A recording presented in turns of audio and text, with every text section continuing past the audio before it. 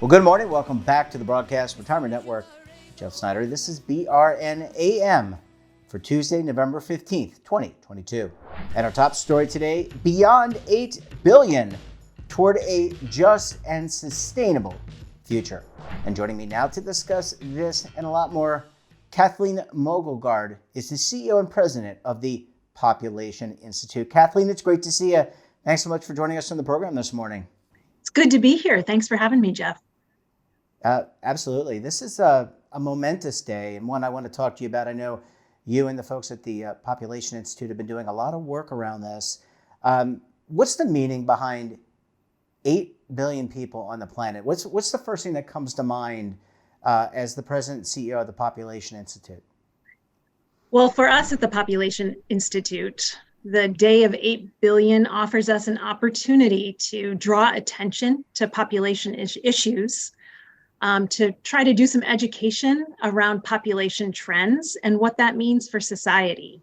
I think as we've gone through these last couple of decades, there's been not as much attention to population issues as there used to be. And yet population growth, other kinds of population dynamics have really significant implications for how we live our life today, and certainly how we as society will live our lives in the future and what that means for both people and the planet. So we're trying to do a lot of work to raise awareness around this population milestone, what our population future might look like, and the kinds of investments we could be making now to ensure a more just and sustainable future for everyone in the decades to come. Well, let's talk about some of these trends, because it's not just the number of 8 billion, as you said, 8 billion people on the planet consuming resources, living, breathing, has so many different implications, of course. But what are some of the key trends that you and the team at the Population Institute are seeing when you look at all this data that comes from 8 billion people? Yeah. Well, it's really instructive, I think, to look at our population history to understand a little bit about how we got here, and then to take a look at where we are headed. So I was born, I'm going to age myself right now, but I was born in 1973, which was right before the world's population hit 4 billion people. So we have doubled, our world's population has doubled in my lifetime. And in a lot of ways, that reflects progress for the human condition. We've extended public health services in a way that has really helped to extend people's lives. It's helped to address really terribly high rates of infant mortality and child mortality. And so in a lot of ways, that is a success story. However, we are now beginning to run up against some planetary limits. You know, we are a growing human family. We've been growing really rapidly over these last decades. And we're seeing a lot of challenges with some of the limited natural resources that support the human proposition on the planet, whether that's the atmosphere, whether that's water supplies, energy supplies, and the ability to feed the world, food production on this planet. Of course, as we look at those trends, we also have to understand how we live in a really demographically divided world, that there are parts of the world that are no longer growing, and there are parts of the world that are growing really rapidly. And when we're thinking about resources, as it turns out, the parts of the world that are not growing anymore are starting to experience population decline are the areas of the world that tend to be the highest consumers. And the parts of the world that are growing most rapidly are not the parts of the world that are putting a lot of strain on the resources. They're not the parts of the world, for example, that are contributing to the greenhouse gas emissions that are causing the climate crisis. But nevertheless, our hope is over time to achieve real development progress for the entire human family. And in order to be able to do that, we need to make room for everybody. And we have to be conscious of the kind of natural resource limitations that are in place. We need to be able to have a thriving natural resource base in order to support a thriving human population on the planet. And unfortunately, we are bumping up against some of those realities. And it's important to understand how that's happening as we think about solutions that can help bring everyone out of poverty and support human health and well-being and planetary health and well-being in the future. Well, Kathleen, I'm going to date myself as well and say that I was born in 1972. So I think I have you a little bit on age. It's just the hair that makes me look, no hair that makes me look, it makes me look like I'm born in 73. All right, I want to ask you about, in all seriousness, a very serious topic. And our network is the Broadcast Retirement Network. But I think there's a real alignment here with what you're talking about, because one of the things that I think we see in America is an aging population, an aging demographic. But I don't think, and I want to ask you this, is America unique in that respect? So 8 billion people. America, I think, has 330 million of that. So not a huge percentage. But by and large, we're growing older. We're living longer, yes, but we're growing older. What's the trend? Are we the only country where this is an occurring trend? No, we're not. And I would also say we're a very small portion of the world's population. We consume a large portion of the world's resources. And I just want to make sure that we flag that. It's always important to understand when we're thinking about population growth and planetary boundaries to recognize this differential in consumption that happens between wealthy nations like the US and low and middle income countries that are experiencing rapid population growth, but not doing a lot of that resource consumption. So the population aging phenomenon is one that is really important for us to understand. I think it's not very widely understood among a lot of policymakers and others who are thinking about the future. Population aging is happening in many of the industrialized countries. And it's really important to think about not only the ultimate numbers in a country's population or a community's population, but how that population is distributed across different age groups in the population. So thinking about the age structure of a population, because that tells you a lot about the kinds of infrastructure that's needed and about the kind of social security and support systems that are needed for a population. So we're seeing countries in Europe and Japan in particular have what we call post-mature age structures, where the median age is somewhere around 46 or higher. And that's becoming more and more countries in the coming decades will be shifting into what's called these post-mature age structures. And we need to be thinking really carefully about what does that mean? How do we structure our communities when you have larger and larger proportions of your population in these older age brackets? And of course, that's in contrast to a lot of low and middle income countries that have extremely youthful age structures. So a lot of the countries in sub-Saharan Africa, for example, some of the work that the Population Institute does is in the Sahel region of Africa. We work with partners there who are thinking about population dynamics and what that means for a lot of the other challenges that those countries are facing. So we have partners in Niger, for example, where half of the population is actually under 15 years old. And so that means a really different kind of sets of services that are needed for that population. You need a lot of schools, you need a lot of education and employment opportunities for young people in order to really have good governance in that situation. But that's a really different story than Japan, where half the population is in this above the age 45 and has this post-mature age structure. So those are just kind of a couple of the examples of the ways in which understanding population trends and demographic factors is really important for how we achieve the broader societal objectives that we'd like to achieve. Kathleen, I need to take, I want to do one more question, then we'll take a commercial break. I want to ask you the importance of this day. It's very important for all the reasons you're articulating, but let's talk about policymakers. We've got policymakers here in Washington, and again, we don't know what that new Congress is we kind of know, but we don't know. We're trying to figure that all out. But in general, what do policymakers here in the States need to be thinking about as we mark 8 billion people on the planet, of which the U.S. is a small percentage, but consumes a lot of resources? What are you hoping that they take away? And I know you and your team are regularly talking to these folks about how we can shape policy here in the States. Yeah. Excellent question. And I would love to talk about, I know you want to go to commercial break, so I'll try to keep it brief. Well, we can, you know what, we can carry it over into the second, so you don't have to answer it all at one time. Okay. But, maybe take 2 minutes and then I'll go to a commercial and then we can pick it back up. Okay, that sounds good. One thing that I think it's really important for policymakers in the United States or in any other country for that matter to better understand is where we are headed with the world's population. So today we are zooming past the 8 billion population milestone. Demographers at the United Nations make projections for where we could be headed in the future.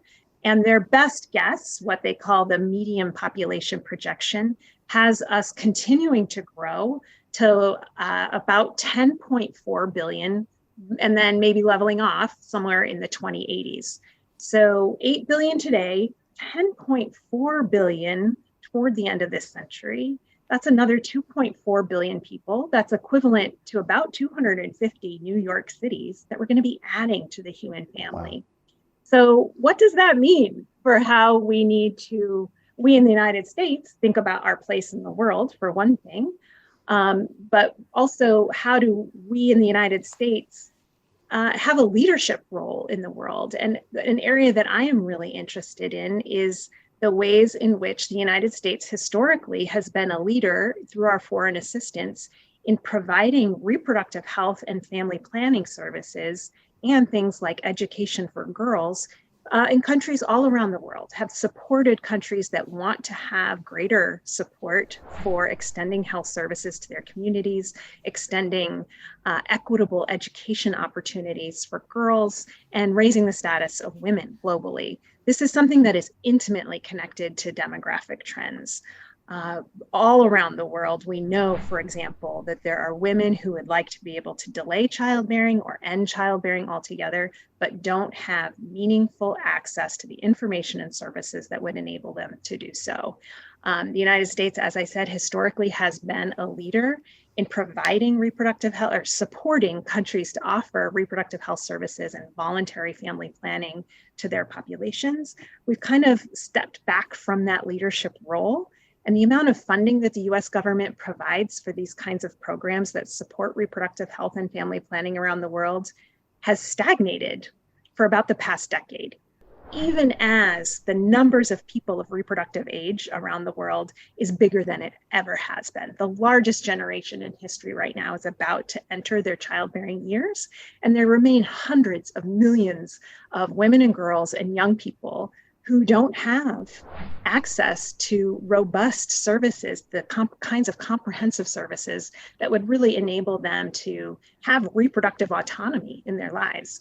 And we know, for example, as a result of some of this, that fully half of all pregnancies worldwide are unintended. And I think we could be doing better for the world, for our family, for the global family, in ways to enable people to be able to really think carefully about when, with whom, and how often they want to have a child. And we're still very far off from being able to achieve that goal. Well, Kathleen, as I said, thanks for that. And as I said, we're going to take a quick break. When we come back, we'll talk more about 8 billion on the planet. What's it mean for resources and infrastructure? You're going to want to stay tuned right here on BRN AM.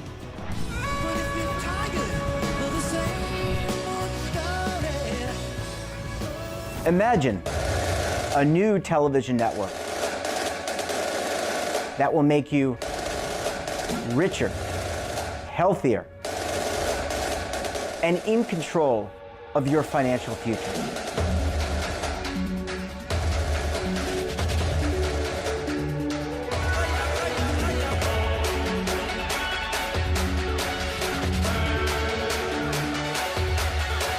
This network is for the policewoman in Nashville, Tennessee, the baker in Dubuque, Iowa, the teacher in Lexington, Kentucky. We want to make the idea of savings and retirement culturally relevant. But what do you see as a defining issue of the midterms, especially for the smaller businesses? I mean, they are the lifeblood of the American economy.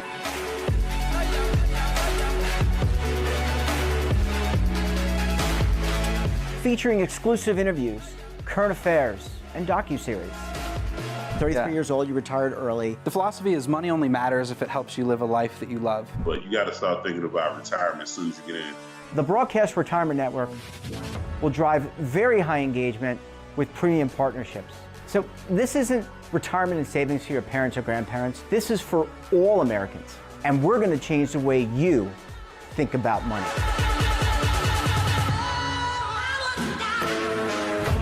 Welcome to the next frontier of retirement and savings. This is BRN, the Broadcast Retirement Network. Are you over 50? Would you like to get up to 33% more income in retirement? Then call now for this free book, Annuity Do's and Don'ts for Baby Boomers. This free book reveals little-known secrets about annuity strategies that will help you make the right choices before buying an annuity. Call right now for your free book, and as a bonus, we'll also throw in a free annuity rate report, both absolutely free for calling Annuity General today. Call 800-504-8194. Welcome back. We're talking to Kathleen Mogelgaard, the President and CEO of the Population Institute. Kathleen, thanks so much for sticking with us this morning. Glad to be here. Always happy to talk about population issues and their importance for society. Yeah, absolutely. And I want to just give you an opportunity. I know I had to rush you off for a commercial break, but I think you outlined several ways that the U.S. could be taking or continuing its leadership role in the world in this area. I also want to ask you about infrastructure and what do we need to do from an infrastructure perspective. You know, we always hear from your organization and others about a sustainable world, maybe moving to solar, some other things. But give us what we need to do to better improve our circumstances and our infrastructure, not only here in the country, but also abroad. Yeah, there's any number of ways that we could be strengthening infrastructure on a planet that's becoming hotter, hungrier, and more crowded. I think we've got a lot of interesting examples from the United States about where hopefully we will be seeing greater investments in infrastructure for sustainable transportation. For example, this is a really key area to be able to have greater public transportation options for people in big cities, but also options for people who live in smaller cities or even rural, networks that get out into rural areas of the country as well, so that we don't have to be so heavily reliant on fossil fuel powered individual automobiles. I know that there are more and more people purchasing electric vehicles. There are some great incentives in place that help to support a broader infrastructure for electric vehicle charging, for example. I think that's just one small example of where we need to head. And of course, our energy infrastructure here in the United States has a long way to go to really move us off of fossil fuels and get us more fully connected with renewable sources of energy. State by state, there are some great incentives in place. Here in Washington, D.C., we have a terrific one. It's one of the best places, I think, in the country to be doing residential solar right now. At my house, we just installed solar panels last year. It's been working great, and I'm seeing more and more of our neighbors get residential solar. Of course, we still need a robust energy grid for the full population of the United States, and I know there are a lot of folks doing some good work on helping us to transition as quickly as possible away from electricity system that is so heavily reliant on fossil fuels and can get us toward more renewable sources for the majority of our energy and electricity needs in the United States. So that's in the US, but of course there remain so many needs around the world when it comes to infrastructure, and energy infrastructure is a really important part of that. And here again is where the United States and other industrialized countries can and should be taking a leadership role. And I think we're seeing a lot of these conversations playing out this week in the international climate change negotiations that are happening in Egypt, that industrialized countries have an obligation to support the development of renewable energy technology in developing countries. There are still billions of people around the world who live in energy poverty, meaning that they don't have regular access to energy sources that are so important for economies, that are so important for people to receive an education. So there's a lot that needs to be done to strengthen electricity and other energy infrastructure to communities that don't have it around the world. We shouldn't be investing in dirty technologies to make that happen, and we should be supporting the kinds of renewable energy grids that can allow more and more people to come out of energy poverty around the world.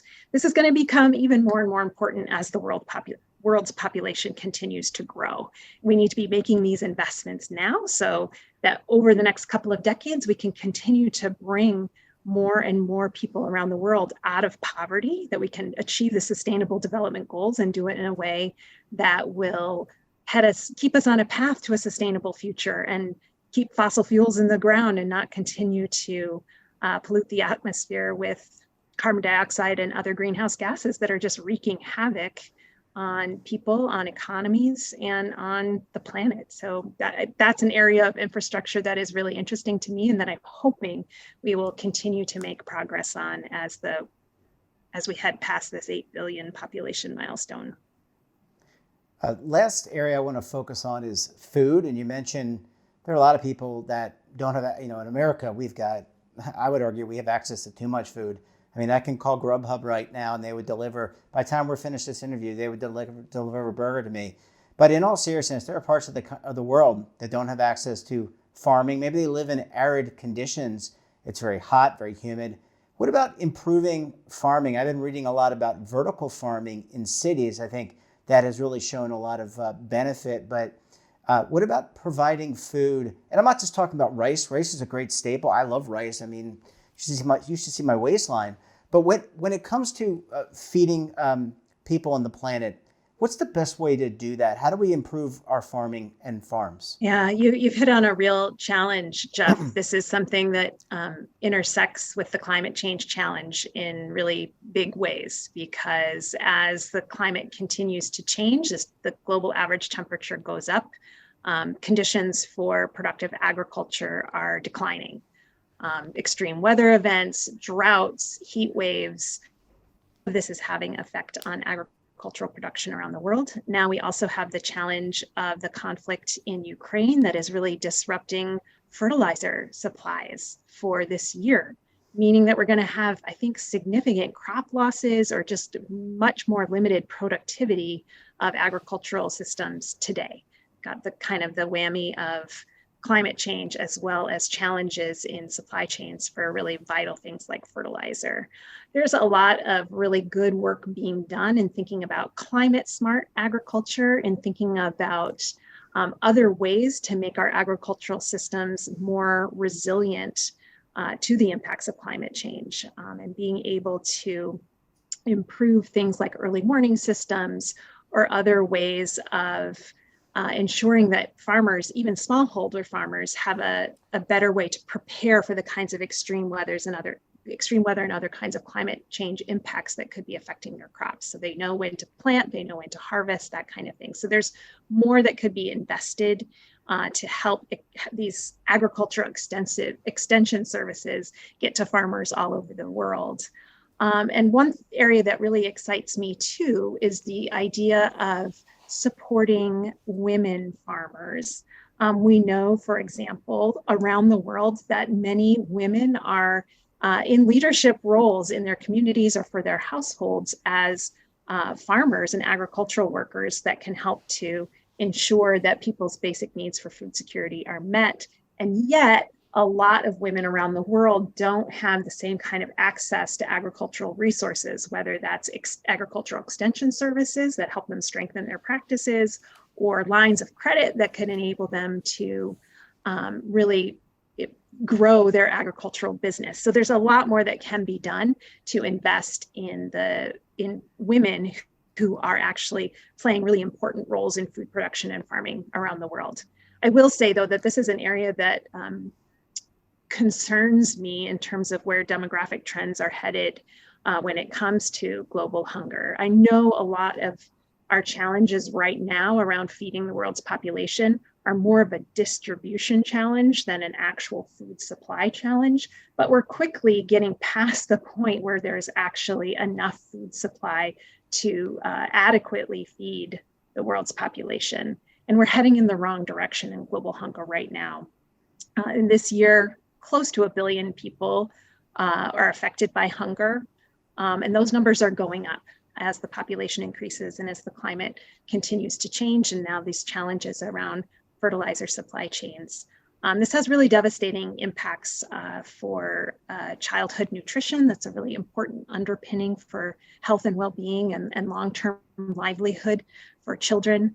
So I really hope that this is an area where we can get better at agricultural technology, reach more people with more resources to be able to strengthen agricultural production systems. And of course, we need to be doing more to put the brakes on climate change, to really take seriously our commitments to reducing emissions so that the climate change challenge doesn't continue to threaten agricultural systems in the way that it is today.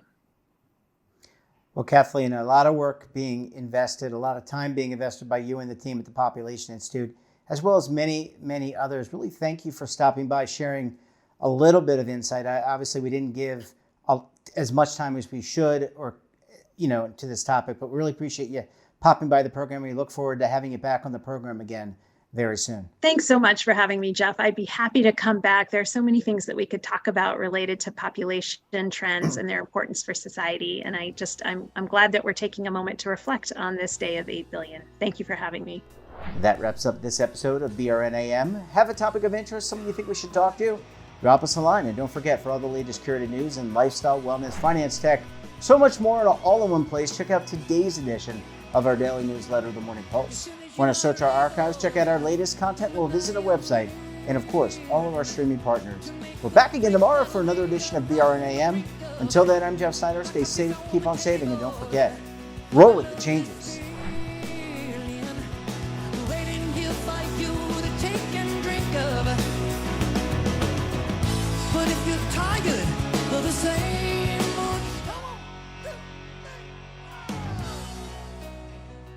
Now is your opportunity to co-create content around any topic on the first lifestyle and wellness network. Reach a global audience through our platform and co-own exclusive branded content. All of our programs are available on demand and also as audio-only podcasts, so you can take us on the go. Broadcast Retirement Network, available anytime, anywhere, and on any device.